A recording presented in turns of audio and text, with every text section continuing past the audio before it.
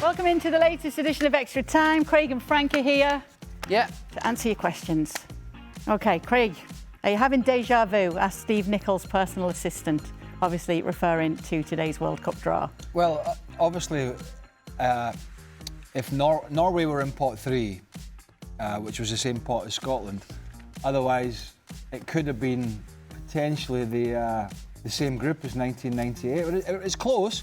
I mean, to get if you have not been to a World Cup for 28 years, as Scotland have not since '98 in France, and you get two of the same teams in Brazil and Morocco, that's quite something. You know the sad news? It's nice to see Scotland coming back to the World Cup. But the problem is, Craig, last game in the World Cup, he got suspended. He got a red carded against Morocco. Yeah, but I've served that, Frank. No, you didn't. I served it many years ago. No, not for the World Cup. So he's still going to be. He's still suspended. No, it's all changed since Cristiano Ronaldo got. Oh, that's true. That's true. They make special rules. He's available. Yeah, but he's not Ronaldo. He's Craig Burley. I'm actually worried about Haiti. No, come on. No, I know, but that's the kind of banana skin that Scotland usually. If Scotland, and with all due respect to Haiti, no problem, but if Scotland loses again against Haiti, why they are in the World Cup? Really? So you're going to get the 3 points, and you might be qualified with the 3 points. This is the first game. The Tartan Army are going to have fun, though, aren't they? Yeah, and most of the games are in the. Well, all the games I believe are in the East Coast, which obviously is for European countries is much better to be in the East Coast. I believe in no particular order. If it's in Miami, it's not good. Well, no, the Brazil game I believe is in Miami. That's the final game. There's a game in Foxborough in Boston, Massachusetts, and a game in New Jersey in East Rutherford at MetLife. So watch out, New York and New Jersey. Yeah, look out Miami though. Scots in Miami. That's going to be fun. They won't go. They won't attend. Craig, is there any hope for Scotland after getting Brazil and Morocco? I just said that he's the next afraid question. that Haiti is. Look, let me give you a reality check. Scotland have had some good teams over the years, right? I'm not particularly talking about the team I played in, but you've had players like Kenny Dalglish, and the list goes on, Graham Souness. Yeah. There's a list of superstars.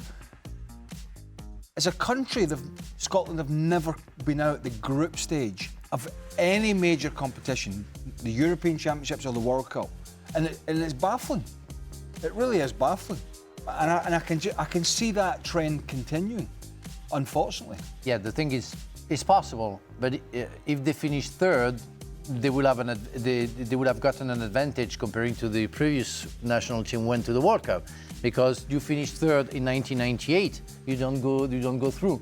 There, with even Brazil and Morocco, if they finish third, they can go through. So because it's 48 teams, some of the third teams are not all. Eight of them go straight third. The eighth third gonna go through. We need a whole show on all of the new rules and regulations. To explain to all of us, let's be honest. All right, is the group of death a dead concept since the World Cup has expanded and likely will keep expanding in the future? Yes. A few being picked out here as a group of death. You could mention even Group C, obviously being difficult, but Group I is obviously really standing out right now. We wait to find out who joins France, Senegal and Norway, but that has been touted. Yeah, it can be the group now. of death, but explaining I'm going to say what I just explained. You know, the 3 teams can go through that group stage. That's the problem is the one who's going to finish the third in that group is going to play against the first of another group. So that's where it gets a little bit tricky for that team. But otherwise, yeah, I'm not really scared about France finishing even third and going to the final, because they can play after. They can play, I don't know, Mexico or USA and beat them. So you have to do well, but because you have 48 teams, it doesn't really mean anything for me. What we didn't tell you, Craig, was during the draw, Frank was like getting it more than most of us. Oh, they can't be drawn against them and this won't happen. He was on the ball today. Well, he was on a transatlantic flight, so... No. I had some time. No, because I quickly understood that you had 12 groups, and then that African clubs, African teams couldn't fight against each other, couldn't play against each other. Basically, his geography was better than Sheffield. Yeah, I know my geography. I was a little bit lost when about no, it's not Capo Verde. I don't remember which one. I thought it was close to Africa, and in fact not, but whatever. But otherwise, yeah, I'm pretty good in geography. I love geography. But the lifelines that these teams are getting now, the jeopardy isn't really there, is it? If there's 8 third-place teams going to go through, yeah. I mean, obviously there's people going to fall out. Of course there are, but you're going to have to be pretty bad not to make it through. So that jeopardy's not there, and it just feels that that's the way we're going anyway. You know, if you look at the qualifiers, there's lifelines for the playoffs. If you look at the European teams, the European Championships and the World Cup, there's lifelines through the Nations League. It just seems that they're throwing the life rafts out now for all these competitions, and that's why we're seeing. Right. By the way, if you think 48's a lot, let me tell you, they'll increase it again. The problematic of... Can you imagine... I'm not thinking of the draw coverage if they increase it and how much you'll love watching that. During the draw, Kay asked the question, or somebody had the question about who's going to finish and Golden Boot. It doesn't mean anything. You play against Curaçao, for example, you win 10-0, you're a striker, you score 7 goals, you can finish Golden Boot. That's the problem that you're going to end up with. Now, you guys were working during the draw. You were doing a live show, so you were kind of watching it, but working and talking. Yeah. I sat through most of it, but I was getting up and down, making a cup of tea and that. I sat through most of it, and let me tell you, I'm not going to get into the politics or anything like that. That was boring. But just let me tell you, they took it to levels of cringe, and I wasn't the only one with this opinion.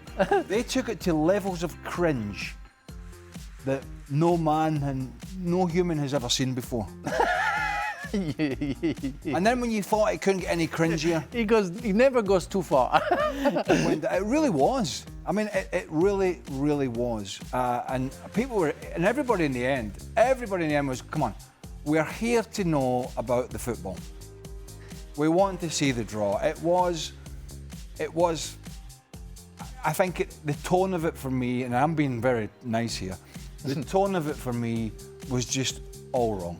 But it's true that we talked to some people who were attending there, and they all say Mark Ogden. I think he lost the will of life. Yeah. We got there. I mean, we got there in the end with the draw, which we can all talk about. The rest of it, not for you. Yeah, that's. Or many others. For the boys, Arsenal are without Saliba, Mosquera and Gabriel. If they can take 3 points at Aston Villa, would you consider that a statement game? And does that put the rest of the league on notice that Arsenal's B team can compete with pretty much anybody else's A team? Well, I would imagine Nkapie will play again, and then you're looking at a choice. And by the way, you think about it. Mosquera out, Gabriel out, Saliba out. They could still field a partnership of Nkapie and Calafiori, or Nkapie and Ben White, or Ben White and Calafiori, or Huri and Timber. Timber, yeah. As a centre-back, with Lewis Skelly coming in, or Ben White can play right-back, Huri and Timber can play right. They can still put it's not their first line back four. They can still put multiple back fours together of good players. And Ben White got some game time against Brentford the other day, and maybe that was with some games coming up in mind because of the injuries. So it would be a statement, but they can still put a back four that I would go, hey, that's still a decent back four. They can still put that out there. And to Craig's point earlier in the show about this game, if you've got to win these games, you want to win the title. Is this a statement game if they win it? Is this? Yes, it is, but for me, it's already a statement that I really think that Arsenal will win that competition because that's the other part of the question. Even with a B team, as the right house singer of Craig Burley he's saying, they are better than the others. They are more consistent. But I saw something I didn't expect against Chelsea at 11 against 10, where they couldn't find a solution and didn't win that game. So that's my only question mark. But overall, Arsenal are the best team in the Premier League. They showed consistency where the others they drop the consistency. Chelsea, 10 against 11, very good against Arsenal. They go to Elland Road, nothing. And we saw that so many times. And it happened to Aston Villa, it happened to Manchester City, it happened to Manchester United. So they can't follow. For me, the others, they can't follow. And so it's why it's already given for Arsenal. Will some national teams suffer because of the possibilities of travelling to different time zones and dealing with the variety of weather? No, because I think that all boils down to preparation. Yeah, they're going to be good there. Yeah. You find out where you are. You got to. Now, some federations have got more. What's the word I'm looking for? They've got more money and more ability to do things better and earlier and more lavish and look after the players better. But generally, the most of them, if not all, will be able to prepare, know where they're going, and go and make sure you're there early enough to be, as they say over here, acclimated, or we say in the UK, acclimatised. You know, so you got to. Accommodé en français, in French. Oh yeah, all very close, right? Yeah. So yeah, you know, if you're playing in the East Coast, if you're playing in the West Coast, you got to get out there and get that, you know, 8-9 hour time difference from Europe, maybe a little more. Nice.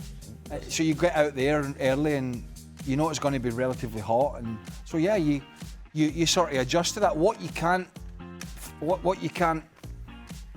you know, you can't budget for what the weather's going to be like on any given day. Mm-hmm. For the time, you really have to adjust whether you play at midday in England or you play at night. Right. So it's already a scale of different timing where you have to adjust. And we know that the day before, the coach will train the same time they're going to play. So they really are in the time difference in preparation. For the sleeping and everything is different, but in terms of playing at noon or playing at 8, it's completely different. Now, we had that in France.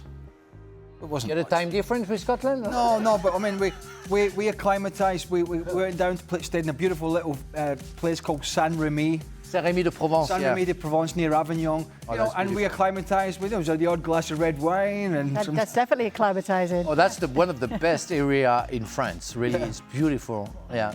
Saint-Rémy de Provence. That's where we stayed. Only the best for Craig Burley. Only the rich confederation, the rich federation can go there. They say the Scottish are tight with money. No, you're not. There's no expense spared. Yeah, wow. Saint-Rémy de Provence. Look at that. Yeah. Frank, last World Cup you had Canada in the semis. Yes. This time they are the hosts. Do you think they will make it to the final? Well, according to the draw, I think it's going to be hard, especially if Turkey.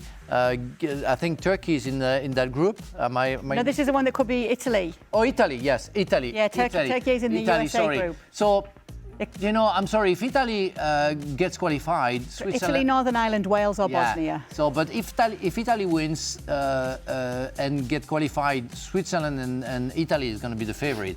So I wish to Canada to do the best, but it's going to be complicated. Like it's going to be complicated for the USA and Mexico as well. But it's doable. Yeah, they can go through.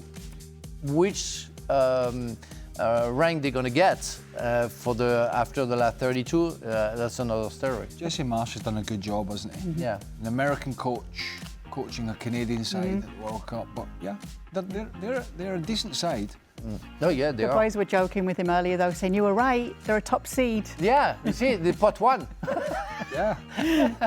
Let's not mention the fact it's a host nation. All right, start, bench or drop. Favourite World Cup tradition: the trophy lift, the group draw, or England losing on penalties? And I know Craig's answer. Me too. The trophy lift is fantastic. It's funny that.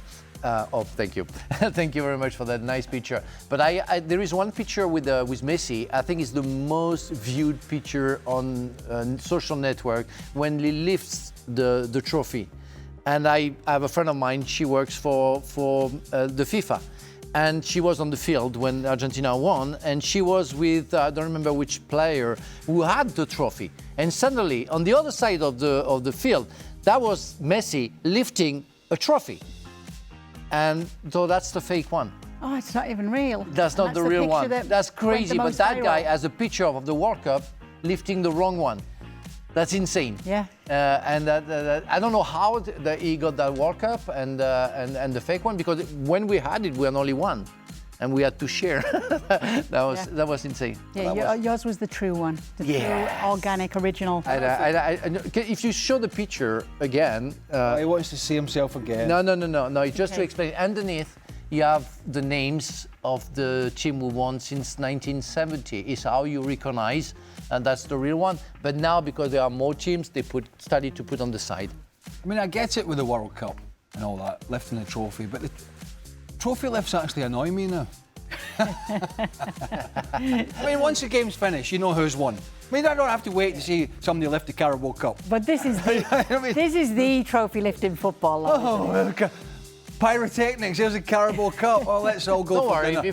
Since it's going to be the AI and you won't see anything. This is the most iconic trophy lift there is, though. Absolutely. I mean, yeah, there's been some great ones over the years. I mean, was it my favourite World Cup, 1982? Yeah. Dino Zoff, I believe. That was in Spain, right? It was in Spain. In Spain. Dino Zoff, the Italian goalkeeper, lifting it for Italy. Just iconic. It's what I thought when I got the World Cup, and I say, can you imagine that Pelé, Franz Beckenbauer, Diego Maradona, Dino Zoff, and so many others, they got that in their hands. And that if you're not a winner, or if you're not a president of a democracy, you cannot touch the World Cup. They are bodyguards, and if you two cannot touch the World Cup. Oh, so the one that they brought recently to an event I was at with security, that was just a fake? If you touch it, yes. Oh, yeah. And the thing is, I did something for Louis Vuitton, and a model, a very famous model was there, and they were say, you have to put your hands on Frank, you cannot touch the trophy. And they were checking that, and suddenly I pretended that I slipped my hand, and she was like that. They said, oh my God, what can we do? And she was so happy. I said, Frank, thank you. You're my hero. I can touch I was able to touch the World Cup. But that's what it is. That's what it means for me. It's very special, and I was very fortunate to have very good teammates to win the World Cup. And you think about legends who were lifting that trophy. Yeah, and trophy. as you mentioned, God, let's pack up. Yeah, we will. Yeah, always wrapped in a French designer, Louis Vuitton, so the French are always there. Yeah. All right. Thank you so much for sending in your questions. It's been a long day for some of us. Some of us just the came two of at us. second half of the day. Some of us come on. I got brought on at half time. Yeah, but you are the one who earns more money than anybody else. So. I'm not sure about that. So you're going to stay for Football Americas tonight? There's another show yet? No. Oh, we'll end it there then, shall we? Thank you so much for being with us. Be back tomorrow as we look back on all the weekend's games on ESPN FC.